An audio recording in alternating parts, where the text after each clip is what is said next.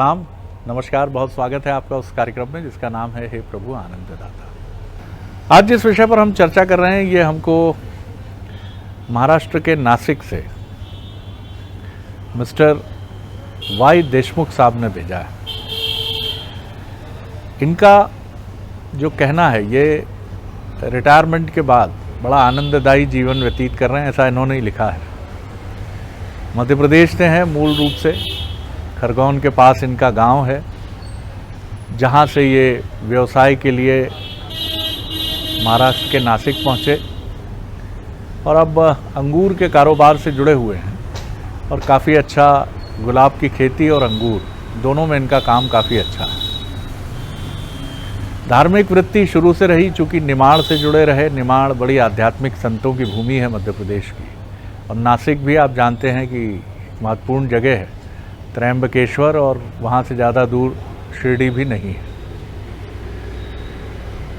इनका ये कहना है कि जीवन में इन्होंने हमारे विद्वान वक्ता प्रोफेसर डॉक्टर सुरेंद्र बिहारी गोस्वामी जी को प्रणाम करते हुए कहा है कि गोस्वामी जी की बातें मर्यादा, शुचिता, नैतिकता की प्रतिस्थापना करती हैं, लेकिन मेरा 60 वर्ष से अधिक का जीवन ये बताता है कि इस जीवन में आप सिर्फ सत्य के सहारे आगे नहीं बढ़ सकते। अब ये इन्होंने कहा है कि ये आप हमारे जो विद्वान वक्ता हैं उन्हीं से आप पूछिए कि हम जो कर रहे हैं, जिसको हम कभी व्यवहार का नाम देते हैं कि प्रैक्टिकल होना ज़रूरी है, कई बार हम कहते हैं ऐसा कह दिया तो मुसीबत हो जाएगी, क्या ये वाकई अमर्यादित आचरण है? क्या हम अगर जीवन में ऐसा कुछ करते हैं तथाकथित रूप से रोज़ी रोटी चलाने के लिए या सफल होने के लिए, तो क्या ये अमर्यादित श्रेणी में आता है? और इस दुनिया में भले ही हम सफलता का परचम लहरा लें, लेकिन ईश्वरीय विधान में क्या इसके लिए दंड का प्रावधान है कि आपने फला फला दिन फला फला व्यक्ति को ऐसा ऐसा कहा था जो सत्य नहीं था? इनका ये भी कहना है कि सत्य को लेकर अगर चलें तो फिर तो चलना ही संभव नहीं है। तो ये इसको थोड़ा समझना चाहते हैं कि कई बार क्या हम लोग ही इस गलतफहमी में रहते हैं कि जिस तरह से हम आगे बढ़ रहे हैं, या हमने कई जगह सच को सच की तरह प्रस्तुत नहीं किया है। जैसे इन्होंने उदाहरण दिया है कि मैंने कई बड़े बड़े कारोबारियों के साथ डीलिंग की, और उनमें से कई लोगों को जब मैंने सच में अच्छा माल देने की कोशिश की, सच बताते हुए, तो उन्होंने भरोसा नहीं किया। लेकिन हमारे जो सेल से जुड़े हुए प्रतिनिधि हैं, वो ख़राब माल की पेटियां भी, ख़राब नहीं इनका कहना है, जो थोड़ा सब स्टैंडर्ड था उस तरह का माल भी ये बड़ी आसानी से बेच आते हैं। तो सच कई बार लोगों को अच्छा भी नहीं लगता, लेकिन ऐसा करके अगर बहुत सारे लोगों की रोज़ी रोटी चल रही है तो क्या ये अनुचित है? और क्या सत्य का स्वरूप कलयुग में बदल गया है? क्या कलयुग में इस तरह से चलना गलत नहीं है? या सही गलत की परिभाषा से परे, या उसकी परिभाषा शाश्वत ही है, और हम जो कुछ कर रहे हैं ईश्वरीय विधान में उसके लिए कुछ ना कुछ दंडात्मक प्रावधान हैं? ऐसे इनके प्रश्न हैं। चलिए सीधे चलते हैं भगवत गीता के अध्येता, मानस मर्मज्ञ प्रोफेसर डॉक्टर सुरेंद्र बिहारी गोस्वामी जी के पास। प्रणाम कर रहा हूँ सर जी। आज आपका विश्लेषण सत्य को लेकर बहुआयामी स्वरूप में है जी, और उसकी विविध रूपरेखा, और आपके जो दर्शक हैं देशमुख जी, इन्होंने ये बड़े सत्संगी प्रतीत होते हैं। इन्होंने, इनके अंतर्चित्त में भाव हैं, विचार हैं, अच्छे सत्कर्म करने की भावना है, सत्संगी हैं। मूल सिद्धांत आप ध्यान रखिए जी, सत्य प्रदर्शन की वस्तु है ही नहीं। आप जब भी सत्यमार्गी हों या सत्यानुसरण करने वाले हों या सत्य को आत्मसात करने वाले हों, तो आप समझ लीजिए सत्य आपका संबल नहीं होता। संबल तो आपकी आस्था और विश्वास होता है। सत्य तो आप स्वयं होते हैं, आत्मा परम सत्य है, लेकिन सत्य होते हुए भी वो प्रगट भाव को नहीं प्राप्त होता है। तभी तो आप कहते हैं राम नाम सत्य है। तो कहाँ है राम? अगर नाम सत्य है तो फिर राम का स्वरूप आपको अनुभूति करने का विषय वस्तु नहीं रहेगा, वो तो निराकार रूप से आपके अंतर चिंतन में विद्यमान है। अब रहा परिवेशगत प्रक्रियाओं की बात, तो सत्यान्वेषण करने की विषय वस्तु नहीं है, सत्य केवल अनुभूति करने की विषय वस्तु है। और सत्य का आचरण यदि आप करते हैं तो उसमें प्रतिफल की अपेक्षा तिरोहित हो। यही इनका शायद मूल प्रश्न है कि सत्य का आचरण करते हुए अगर कई बार तथाकथित रूप से, जैसे एक कहा जाता है कि हमेशा सत्य के मार्ग पर ही चलना, वो ना भी हो, लेकिन आप क्या ऐसा भी कोई मार्ग है कि आप सत्य के मार्ग से विरत हुए बिना भी कुछ चीज़ें ऐसी कहकर भी कि साहब मैंने ये जो आपको मैं ये चीज़ दे रहा हूँ ये दुनिया की सर्वश्रेष्ठ चीज़ है, ऐसा करने के पीछे अगर कुछ लोक कल्याणकारी दृष्टि सोच है तो ये भी सच है? देखिए, आप एक बात ध्यान रखिए, यदि आप द्विपद में मनुष्य हैं, यदि योनि आपको मनुष्य की मिली हुई है जी। तो आपके मार्ग का नाम ही सत्य है, इसमें कोई विकल्प नहीं होता। मैं आपको थोड़ा सा एक सिद्धांतगत प्रक्रिया में ले चलता हूँ। इसका बहुत अच्छा विश्लेषण जो है धर्म और विभांडव ऋषि के मध्य संवाद से उत्पन्न होता है। विभांडव ऋषि को जब ये आक्षेप लग गया कि उन्होंने चोरी की है और राजा लोपमुद्रा ने जो है उनको अपने पास बुला लिया चोरों के साथ में, चोर धन चुरा कर निकल रहे थे और उन्होंने विभांडव ऋषि का आश्रम देखा तो वहीं धन छुपा दिया। सिपाहियों ने चोर को पकड़ लिया।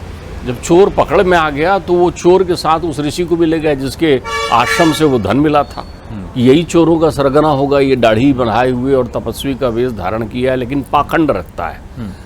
ऋषि की बात उन्होंने सुनी नहीं और सबको सूली में चढ़ा देने का आदेश दे दिया। तो सूली में चढ़ते ही चोरों के तो प्राण पखेड़ू उड़ गए, लेकिन वो सूली जो है इनके शरीर को छिद्र नहीं कर पाई क्योंकि तपस्वी थे परम। तो राजा को भान हो गया कि कहीं गलती हुई होगी। उन्होंने क्षमा मांगा कि आप तो तपस्वी लग रहे हैं। उन्होंने कहा नहीं, मैंने तुम्हें क्षमा करता हूँ, मुझे पूछना तो उससे है कि जो सत्य पथ का पथिक है, जो तपस्वी है, जिसके जीवन में वैराग्य है, जिसने कभी स्वप्न में भी किसी का विरोध नहीं किया, उससे ये सजा कैसे मिल रही है इस पृथ्वी लोक में। तो जब वो धर्मराज के पास सत्संग करने के लिए वहाँ जाते हैं यमपुरी, तब धर्म और विभांडव के मध्य बड़ा अच्छा शाब्दिक मीमांसा होती है। वो उनसे प्रश्न करते हैं कि मुझे किस अपराध के कारण तुमने ये दंड सुनिश्चित किया, किस अपराध के कारण। तब वहाँ अलग अलग दंड विधान की व्याख्या है। धर्म को लगता है कि अब श्राप मिलना तो तय है, क्योंकि बहुत सारी चीज़ें जब किसी के पास हो, कोटि प्रकार के योनियों के बीच में वितरण करना हो शुभाशुभ कर्मों का, तो कहीं ना कहीं थोड़ी चूक होने की संभावना बनी रहती है, छोटी बड़ी। तो उन्होंने तर्क दिया कि जब तुम 3 वर्ष की अवस्था में थे तब तुम्हारे हाथ से एक टिड्डे को आपने जो है कांटे से बीध दिया था। उन्होंने कहा आप अपनी धर्म ग्रंथ की व्याख्या निकालिए जिसमें धर्म मीमांसा की है, उसमें लिखा है कि जब तक बालक 6 वर्ष का नहीं हो जाता उसके शुभाशुभ कर्मों का दंड विधान उसके स्वप्न में होता है और उसके पालक को होता है। अर्थात जब तक हमारी 6 सत्य, अब मनुष्य का जीवन ही सत्यम परमम धीमहि है, सत्य मार्ग में चलना है। लेकिन एक छोटा बच्चा जो पोगंड अवस्था को प्राप्त नहीं हुआ है, अब उससे कोई भूल हो रही है, कोई त्रुटि हो रही है, तो कैसे होगी त्रुटि? या तो वो अपने माता पिता के कर्मों का अनुसरण करके वैसे ही झूठ बोलना सीख जाएगा, वैसे ही कर्म करने लगेगा, तो क्या उससे दंड विधान नहीं है?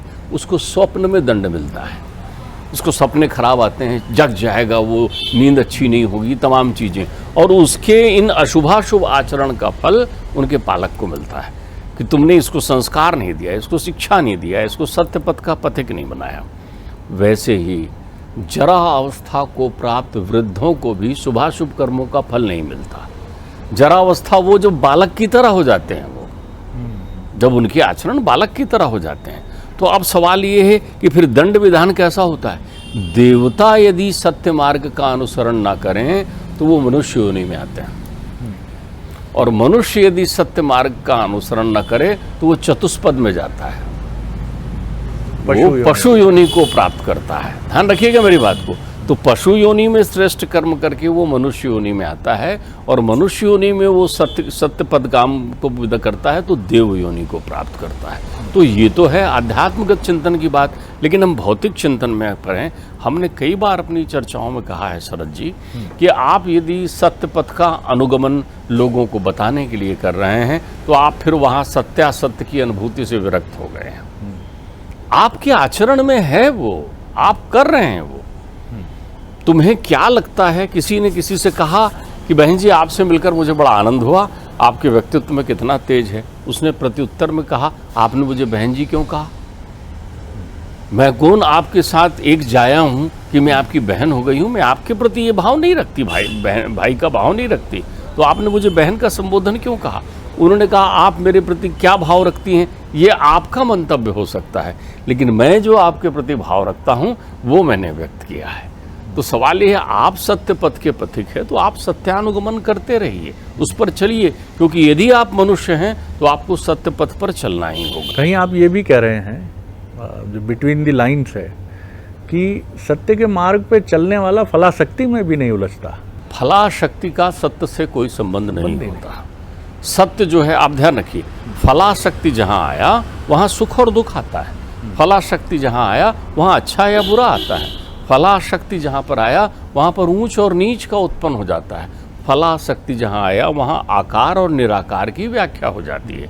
तो इसमें तो कुछ आकार लिए ही नहीं। यानी आप अगर सत्य के मार्ग पर चलते हैं तो आपकी आदत में, आपकी शिराओं में बहने वाले रक्त की तरह वो हो जाता है। देखिए, अब यहाँ दो शब्द आपने कहा जी। सत्य स्वभाव है, हाँ। और झूठ आदत है। सत्य स्वभाव है, वो तो आपके स्वभाव में ही विद्यमान है, उसको आदत बनाने की आवश्यकता नहीं है, उसका प्रकाट्य कैसा हो इसकी आवश्यकता होती है।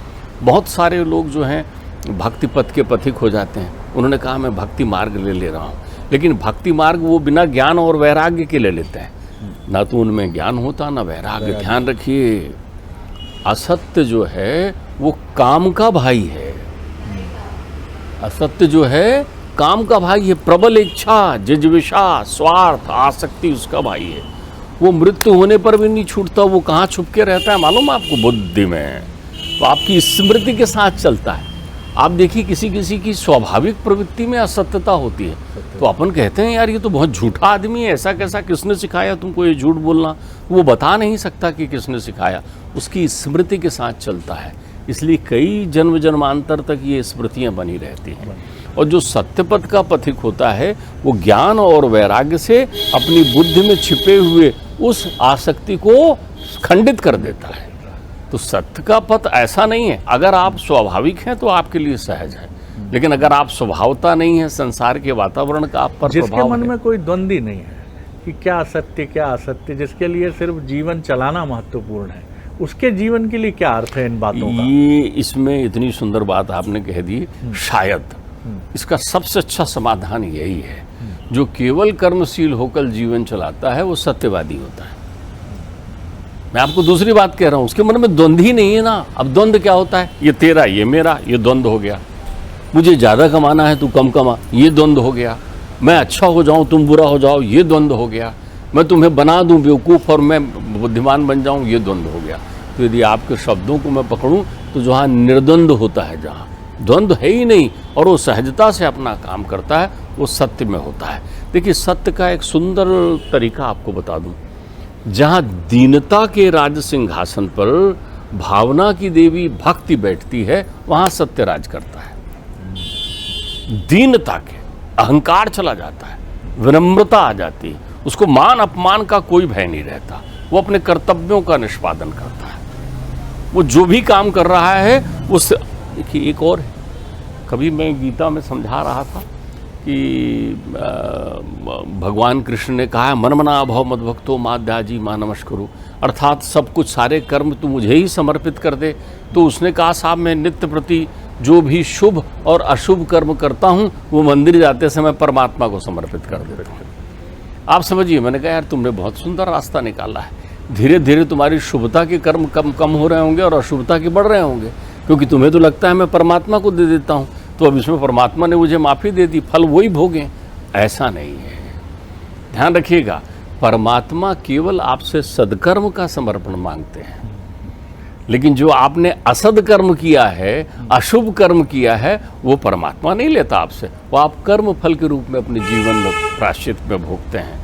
तो जब भी आपको लगता है कि किसी को नहीं पता चला, कोई नहीं जान पाया, तो आप ये समझिए ये सारे कर्म आप में ही जुड़ रहे हैं, आपकी बुद्धि में, आपकी स्मृति में एकत्रित हो रहे हैं। कहीं ऐसा ना हो द्विपद से आप चतुष्पद को प्राप्त हो जाएं, जबकि द्विपद से आपको देवत्व को प्राप्त होना है।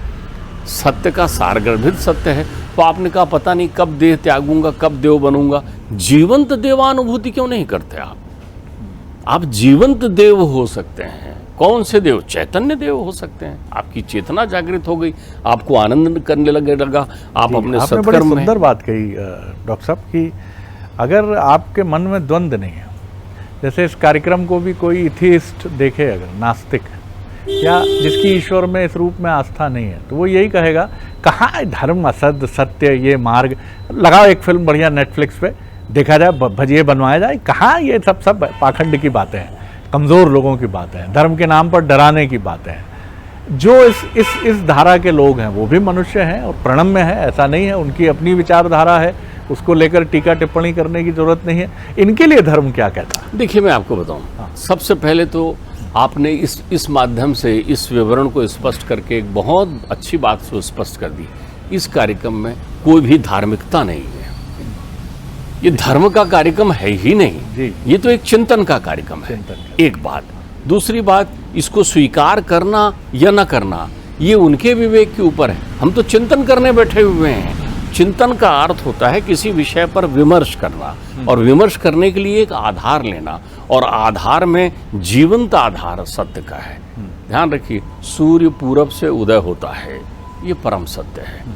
अब इस पर किसी आधार या निराधारता की जरूरत नहीं है। आप अपने जीवन में अगर किसी व्यक्ति को लग रहा है कि नहीं इसमें मेरा मन नहीं लग रहा है, तो उसका जिसमें मन लग रहा है उस ओर वो जाएगा। इसीलिए तो संसार बना है। संसार में परमात्मा कहता है, क्या तेरा मन इस चिंतन में लगता है क्या तेरा मन स्वयं की खोज में लगता है क्या, या तेरा मन उसमें लगता है जिसमें लगने के लिए ही यहाँ आया है? और वो लगने के लिए कहाँ आया है? वृथा गता तस्य नरस्य जीवनम। अध्यात्म का अर्थ होता है अपने बारे में स्व अन्वेषण करना और इन प्रश्नों के उत्तर देखना कि मैं कौन हूँ, मेरा कार्य क्या है, मुझे जाना कहाँ है, मेरी मंजिल कौन सी है। ये तमाम प्रश्नों को जगत में भी बस यही लौकिक जगत के सारे प्रश्न जो हैं, जो आप लौकिक से जब स्व के अंदर आते हैं, अलौकिक अपना चिंतन करते हैं कि मैं 25 बरस तक ऐसा हूं, अब 25 बरस के बाद क्या हो जाऊंगा, क्या मैं इन्हीं 25 बरस और इन्हीं 50 बरस के लिए आया हूं, क्या मैं यही खा पी करके सो जाने के लिए, धन कमाने के लिए आया हूं, क्या मेरा जीवन इन्हीं तथ्यों में निकलना है? एक प्रश्न और है, मैं दुनिया में क्यों आया हूं? भागवत में बड़ा सुंदर प्रश्न किया है भाई। भागवत में तो मैत्रेय जी से जब विदुर जी मिलते हैं तो भागवत के प्रसंग में ध्यान रखिएगा, हरिद्वार की ये दिव्य घटना है। तो मैत्रेय जी ने उनसे पूछा है, दुनिया बनाने वाले ने दुनिया क्यों बनाई? एक गीत के बोले है ना, दुनिया बनाने वाले क्या तेरे मन में समाई, काहे रे दुनिया बनाई। वही प्रश्न वो वहां भी करते हैं, क्यों बनाई दुनिया भाई? दुनिया बनाने के पीछे ईश्वर का उद्देश्य क्या था? उन्होंने कहा, देखो भाई, कभी तुमने अग्नि को जलते हुए देखा है?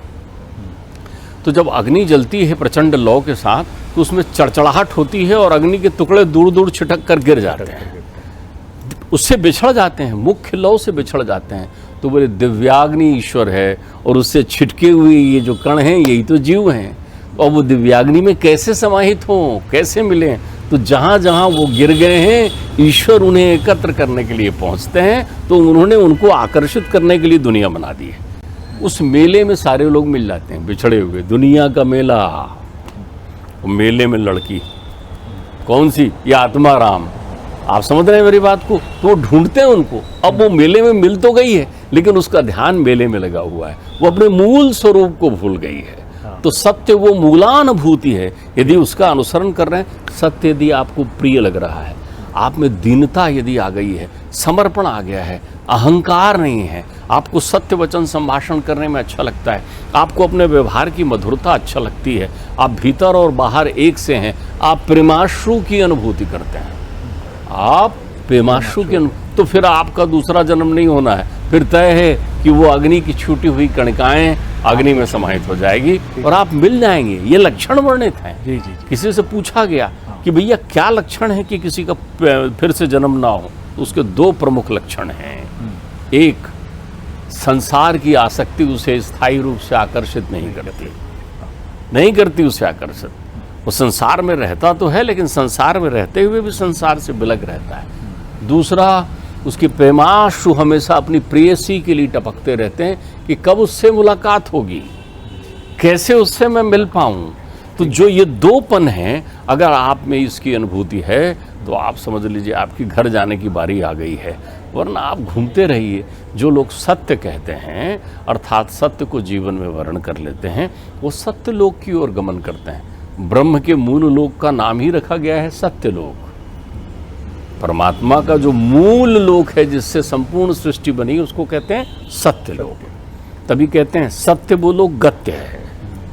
वो सत्य बोलोगे तो गति मिल जाएगी तुमको वहां जाने के लिए। ध्यान रखिएगा, उस मृत देह के लिए नहीं आवाज लगा रहे हैं कि राम नाम सत्य है, तुम्हारे लिए आवाज लगा रहे हैं कि ये मुसाफिर तो गया, शरीर गया इसका, अब ये वहां पहुंचे कि ना पहुंचे। अगर इसने 2 काम किया होगा तो पहुंच जाएगा, यदि इसने उसकी सत्यानुभूति कर ली होगी तो वहां पहुंच जाएगा, बिल्कुल ठीक इसकी गति हो जाएगी, अन्यथा वो भटकता रहेगा।